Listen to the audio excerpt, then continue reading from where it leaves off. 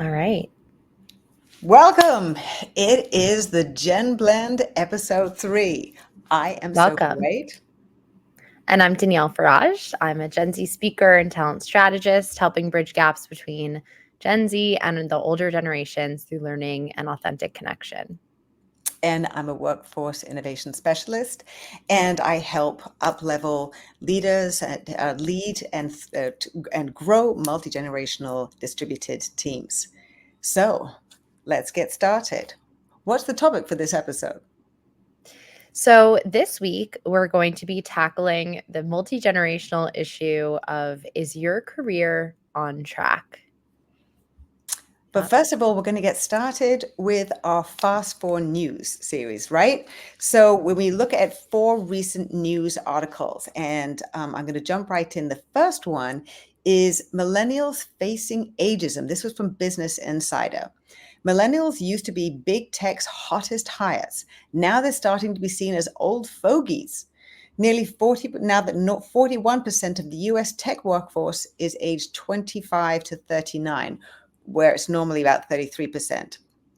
Age discrimination is becoming more prevalent among companies where STEM jobs are prominent. So, should non-Gen Zs feel comfortable that we're, all in the same boat and all feeling discriminated against? But everybody needs to get on board, and everyone needs as well as wants to get upskilled with AI, right? Definitely. I think that it's interesting because I find that we have a lot more in common than we think, and especially in terms of things are changing so rapidly that it's actually I feel kind of the same where I feel like maybe I'm going to get left behind, right? And I feel like we share a lot more fears than we think. But I am Mm. excited for millennials to be in these more senior positions because I feel like we vibe. We definitely align on a lot of like the leadership styles that we want to see more of. Yeah, and I think to your point, it's not a generational thing because if Gen Zs are also feeling that way, maybe it's just we're all trying to adapt to a very fast-moving landscape, and that's what it is, so that we can all feel like it's not about age, it's about the pace of technology change. Okay. Definitely. All right, our second story this week is about trauma awareness growing in the Mm, workplace. This comes from Work Life. So there's been a growing awareness around mental health obviously at work, which we know, but there's also been a bigger recognition of trauma and its impact on performance and work experience. So around 70% of US adults have experienced some type of traumatic event at least mm, once in their lives, according to the National Council for Mental Well-being. And it's important to make the distinction too between big T trauma versus little t trauma. right. Little t is, those smaller things like that cause disruption in emotional functioning. They could be divorce, legal trouble, financial instability. But then Mm, there's also big T trauma, right? Which mhm. is a larger event, like a car accident, an assault, something like that. So it's interesting because I find that my generation has a lot more conversations about trauma and Mm. about mental health because we have a lot of access to the information, right? When you were growing up, you probably didn't have access to the same amount of Yeah. information. You definitely didn't. So the language and we naturally have the openness to exploring and speaking about this, and not just within our families, but also within our colleagues and our friends. Yeah. And so I think not only are we normalizing mental health, but we're actually normalizing the conversation around the deeper work that is required to move forward and to heal. And Sophie, I know that there are differing opinions about whether or not these conversations around mental health belong at work. Do you think this is a positive shift? So yes, to go to the end, I will say that I do hear conversations about people need to toughen up and be more resilient.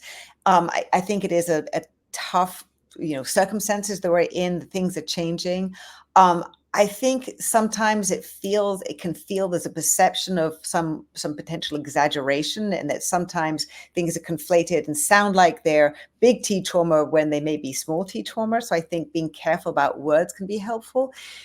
But I do think it's really important in trusting environments where openness can lead and in people feeling safe to speak up and have the discussions and being able to more easily seek out and get the support that they need. I think that's really important, and destigmatizing mental health, because there's a lot of things that are challenging the environment. It's not just skills; it's also the greater environment, climate and wars and things like that. And so that support, those discussions I do believe are really important, and that's positive. Right. And I will say we tend to use a bit stronger language than required at times, right? Like not every job interview is traumatic. Well, yes, and so, and sometimes it can be, younger folks can be more prone to some drama and storytelling. So, Yeah. got that. So the next one is about it's boomers and Gen X want to retire differently. This is from Newsweek. More people are opting for a phased approach to retirement, where they gradually reduce their work hours rather than just sort of outright stopping. There's a survey which revealed that 34% of workers age 50 plus, so boomers and Gen X, have begun transitioning into retirement, 15% by working reduced hours and responsibilities, or they have expressed 19% of it expressed an interest in doing so. So I Wow. would say that, the data shows, and I've done some research into this in terms of retiring being, from going from 100% to zero is a huge shock to the system. And, Yeah. mentally, physically, and also just, community, financially as well, you're sort of losing the income stream, but you're losing a community of people as well. So I think a phased approach where you can be continuing to, be earning some money, but also transferring knowledge, and as well the role of mentorship. It can be extremely important and valuable within an organization as people take a sort of, if they can take a more phased approach. What do you think? Definitely. And I think that the issue is that 4 generations are really hard to manage Mm. at work. And, that's why I do what I do, right? Because it is hard. And space at the same time needs to be created for these younger people to move into leadership roles. And so, what I'm excited to see change is for the power to no longer stay at the top. And obviously I understand that people in powerful positions want to see their friends stay in powerful positions. Sure. But Yep. I am seeing that companies that tend to release the reins a little bit and simply let Gen Z do their thing and step into their power. And same with millennials, these like younger workforce, the next generation, right? Specifically in the marketing realm, I'm seeing it the most. They're winning the attention more and they're breaking through the noise.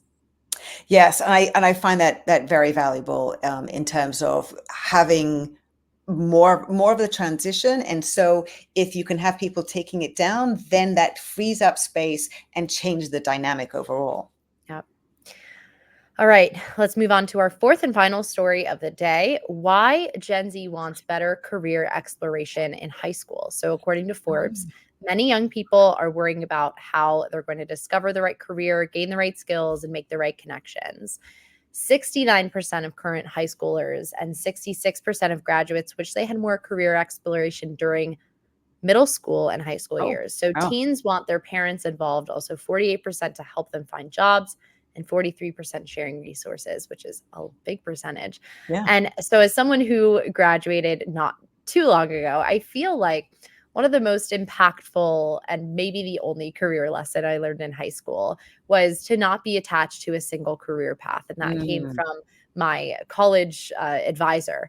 Mhm. And I think at the very least, we could be helping students understand the different types of careers, not profession wise, but more so that there are nonlinear careers, there are portfolio careers, entrepreneurship, solopreneurship, so Right. that if they don't want to be a doctor, lawyer, or go into finance, or maybe do whatever their parents did, that they know that there is another way.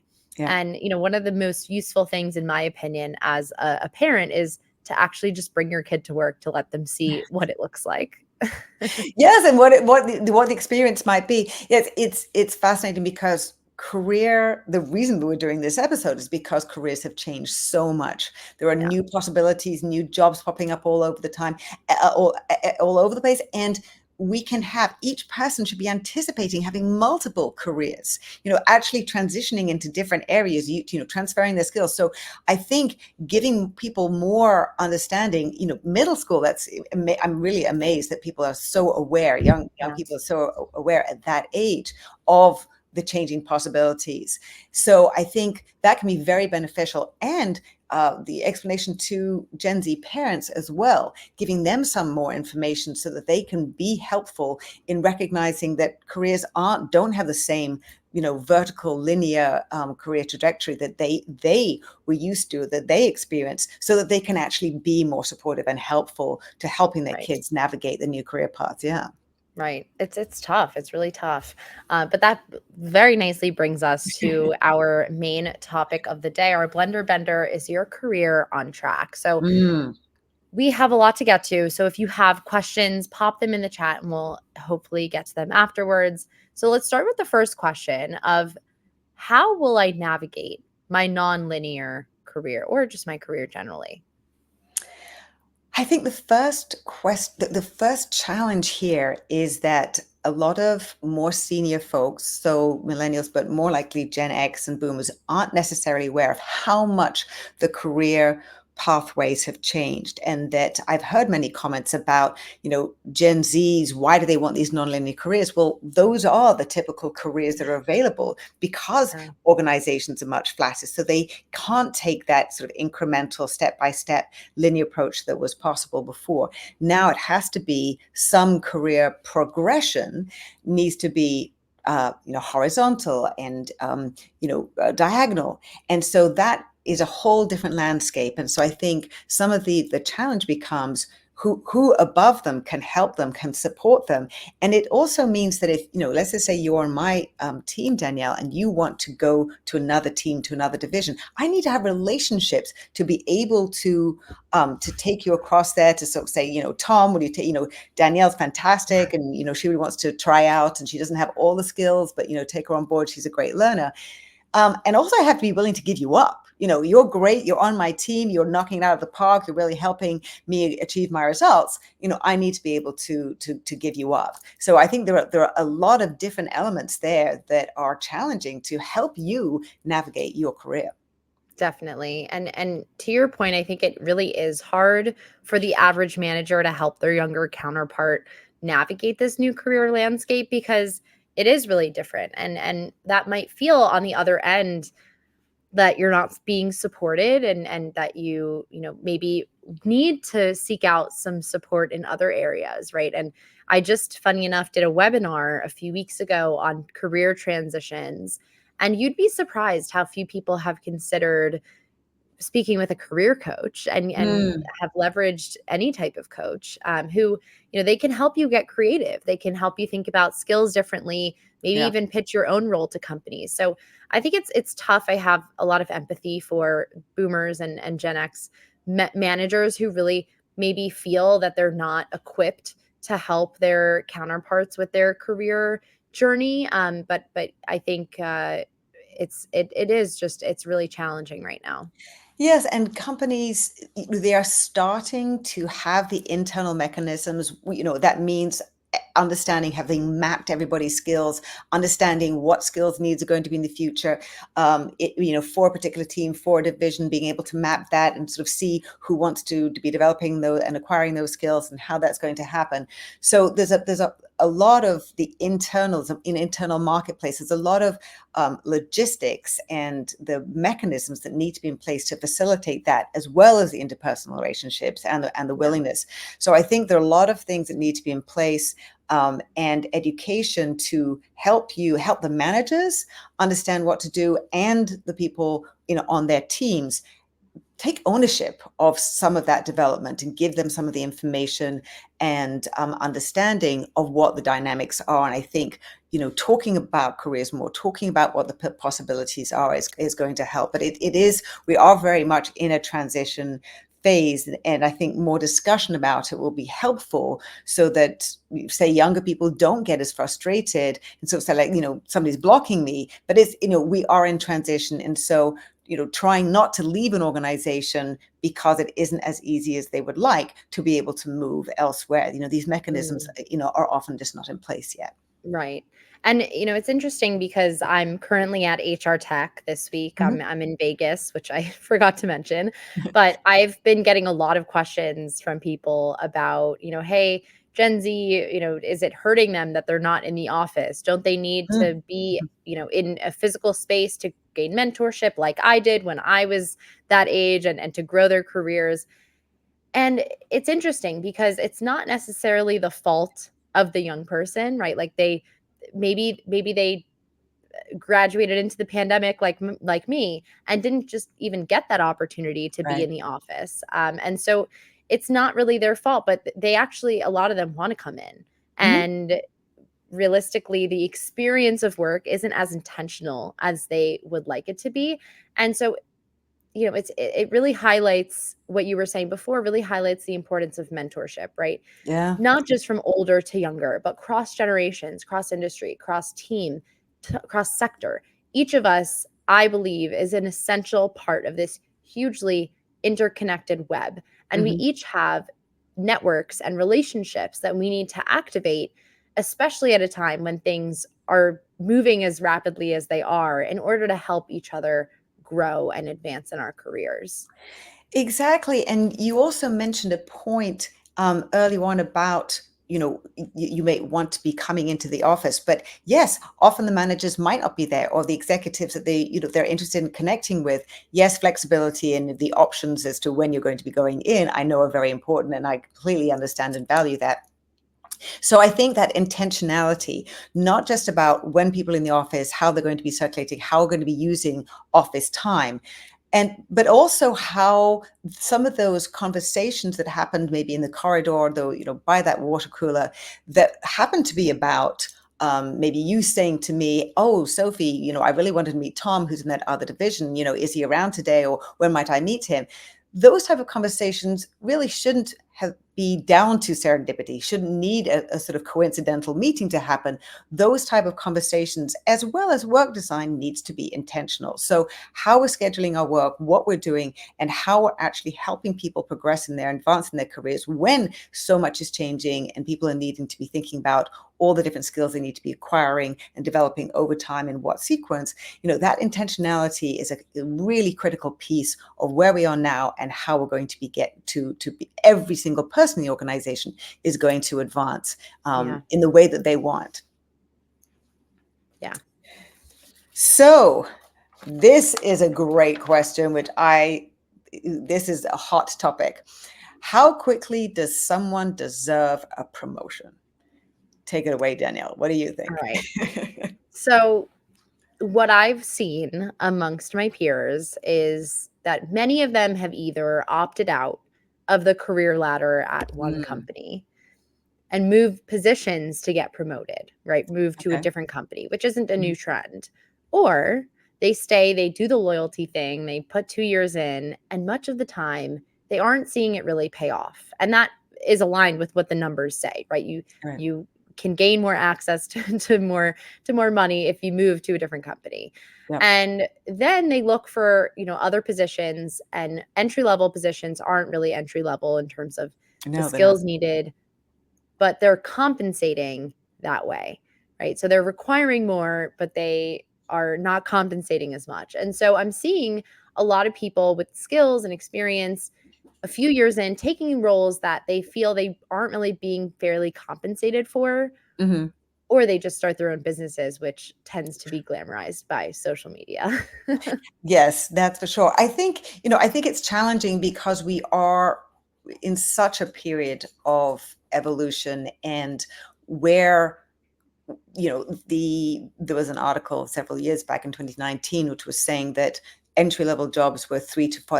That was 5 years ago. The entry level jobs were 3 to 4 years more advanced than in previous years.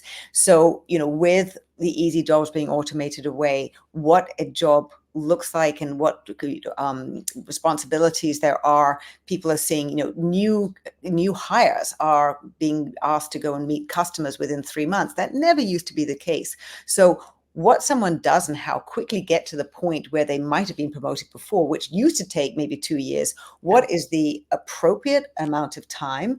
I think that's very much that's in a state of evolution. And I think it's tough for companies. I think it's tough for managers to understand where a job is, how it's evolving now, what is the appropriate compensation for now. We are in a different environment. So it's not going to, the pay isn't going to go up in proportion to how difficult the job is. We're just in a more complicated work environment.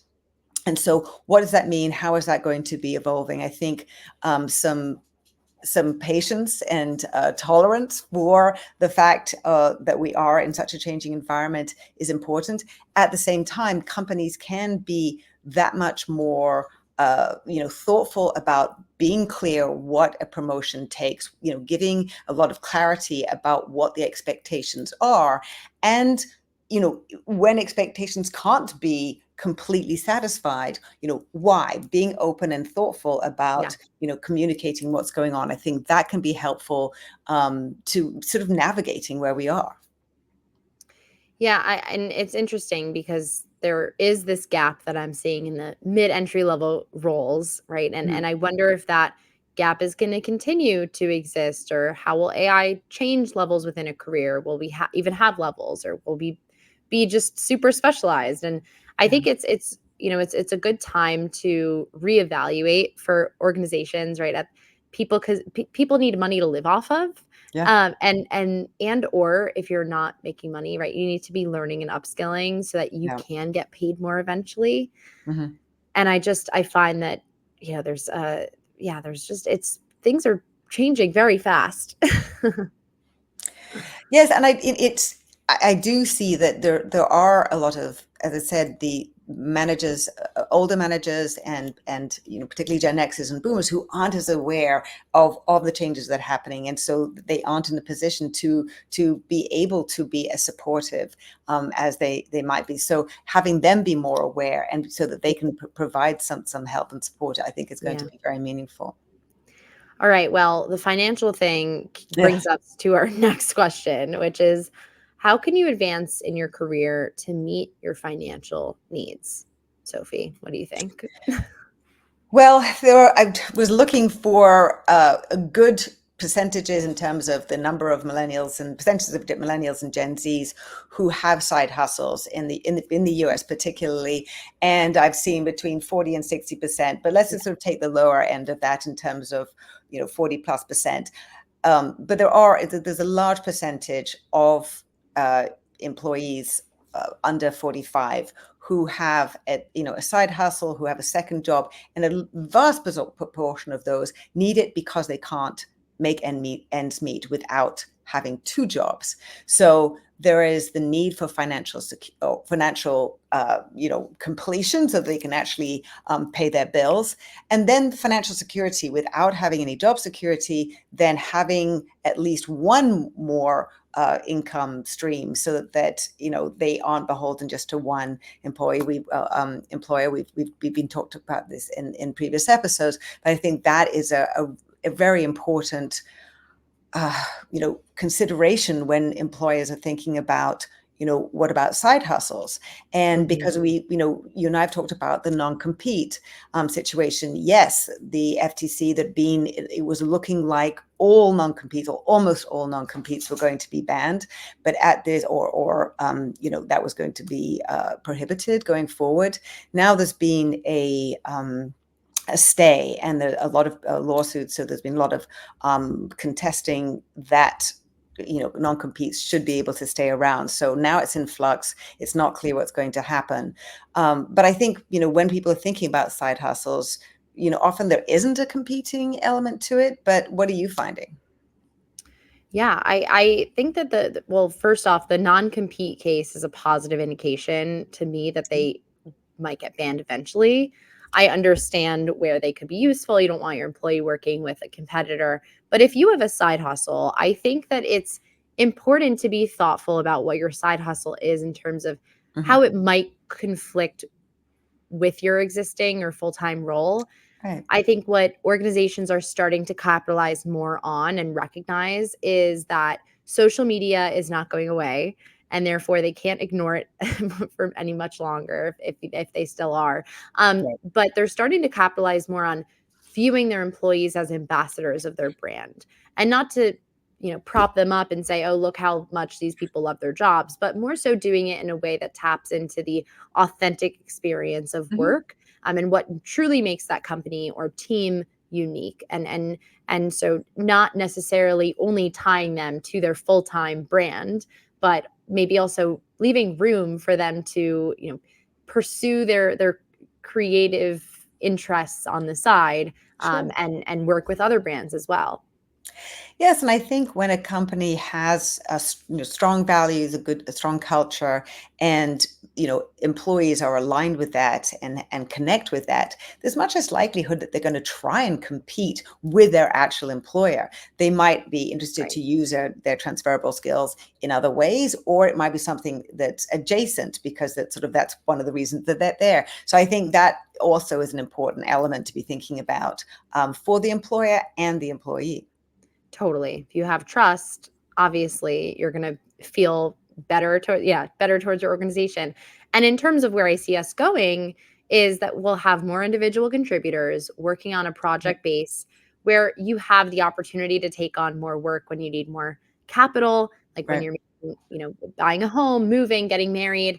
And I think that's something that is very aligned with what Gen Z wants, in that they definitely want money in their pockets today for the work that they do. Right, and that the idea of the having multiple income streams and being able to support themselves financially goes to the next question, which is about portfolio careers. And what about portfolio careers? I mean, this is a growing trend. And what I mean by portfolio careers is that this is not somebody who has a full-time job and a side hustle. It's really somebody who might have a part-time job or fractional job and multiple clients, or they might only be an independent contractor, consulting, lots of different project works, freelance work, more a 1099. So these are longer projects, might be sort of permanent, ongoing, part-time work with multiple clients who they're working for. So it really is a portfolio of different things that they're doing, or clients that they have. And that really is, I mean, I know a number of millennials and Gen Xers who have between 3 and 6 different Wow. income streams, whether it's from, it could be book sales plus speaking, plus courses that they have, and a number of other things that they're doing. It could be influencers as well. So I think there are more people who are having these a different combination of things that they're doing and or clients that they're working for in their portfolio of careers. What are you seeing with some of your at the Gen Z level? I know I've seen that with older workers who've taken this non-employee route. What about at the Yeah. Gen Z level?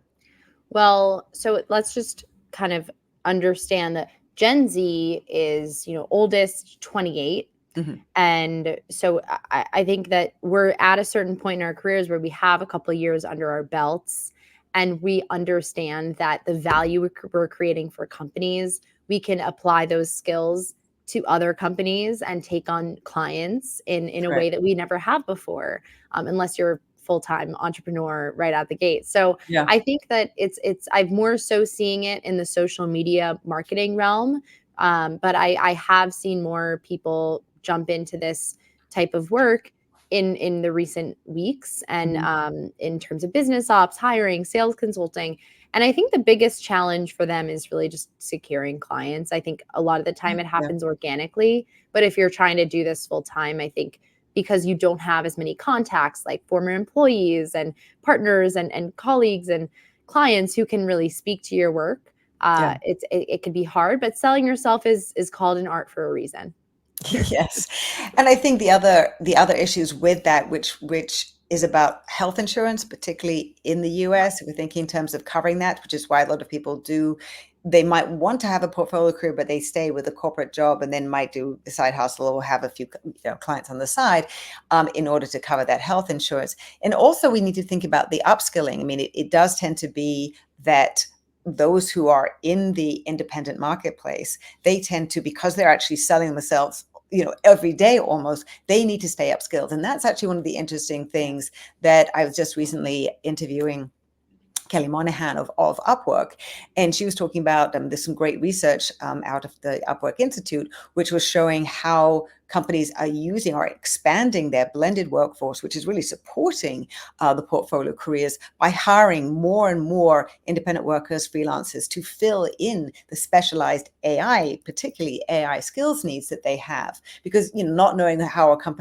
company is going to need to grow and what skills they need, it can be a very beneficial way to bring in specialized skills from outside. And that goes to the growing blended workforce as we talk about it, and supporting new careers, which are people looking to have many more clients and have a very different type of work arrangement. Right. And I think one of the considerations besides health insurance, which is really a big one, and I know it's touching people close to me, is with portfolio careers, it's not only about who you're working with, but who are you learning from? And Right. I think it could be Yes. really difficult. I was just talking to someone last night in this similar position who she went out on her own, and then she realized, oh wow, like I actually miss being on a team and I miss working with other people. And I think it could be really difficult Yeah. to find other people with similar career paths. Yeah. And for me, I find that in many people, like you serve sort of a different purpose and a different aspirational, model for me Mm-hmm. as than maybe Janine Sua, who Right. focuses more on content and community. And I think that's why we're also seeing a lot more communities pop up, like the Yeah. Fractional People's Network, Groove, Generalist World, which Generalist World, for example, just it helps generalists understand their value and communicate that Okay. to the job market. And I think similar to other communities as well, they serve a similar purpose. So it's been really interesting to see the rise of these kind of individual contributor communities that are all Mm. helping each other to define what they do and to Yeah. communicate that. Yeah, I think it's very powerful, and the more support, the more the communities, and the more the sort of the sharing and understanding how to position yourself, what your value is, what your skills are, not just the ones that are easy to identify, but really some of the other skills that sort of help you contribute to a team and to an organization from the outside. I think there are lots of things that people can be learning. And there is so much, in fact, there's so many, so many possibilities that are rising all the time. It's a very exciting but also very fluid and evolving marketplace internally and externally. So and for all generations, and obviously Gen Zs are at the early stages of their career, but I don't think it's that much easier or clearer as sort of go up in organizations or get more senior and skilled in different roles. Don't you think? I 100% agree, and I think that the more that we talk about the more vulnerable parts of navigating careers with each other, the better, because it enables all of us to move forward in a stronger, more unified way, and to maybe set goals together and hold each other accountable and create little pods of groups, who are just trying to figure it all out. And look Yeah, forward to more of that.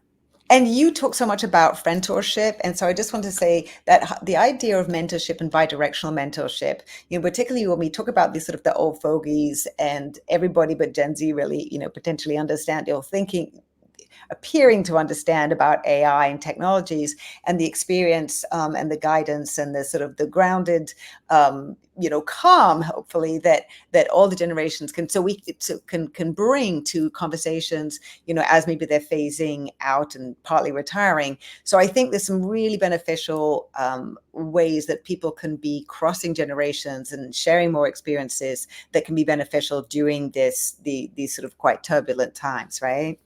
Definitely. And like we were saying before, it's not just about older to younger, friendship, it really serves the purpose of this moment, right? It's things are moving so fast. There's no way one person has it all figured out. None of us Yeah. have it figured out. So Yeah. let's have it not figured out together and Yes. be real about it, be honest, share. One Yeah. of the biggest, one of the posts I get the most feedback on still to this day, I posted it maybe a little bit less than a year ago, is that post about, oh, this is my tech stack and Yes. these are the tools that I'm using. And I I love can't that tell one. you how many people refer back to that post as, oh, like it was really eye opening. And like, I want to share the same thing. And, oh, it started a conversation that I think oftentimes we kind of just gloss over, of like, Mhm. what are you using in your everyday that's actually Yeah. super useful to a lot of people. Yeah, internal as employees and externally for independent contractors, solopreneurs, entrepreneurs, whatever and it is evolving with all the AI skills. I know that I'm just continually testing and looking at and experimenting with all different kinds of AI apps, and they're changing all the time. So I think we have to wrap up. We've gone slightly long, but please put your questions in. We engage with the content afterwards. There are lots of things that we've raised. We didn't have time for questions, but we do answer the questions. So please pop them in, and we look forward to an asynchronous dialogue with you, and look forward to those. Awesome. All right, thanks for tuning in to episode 3 of the Gen Blend, where we dissect these generational topics and important topics to the future of work. And we will see you next month on episode 4. Thanks so much. Bye.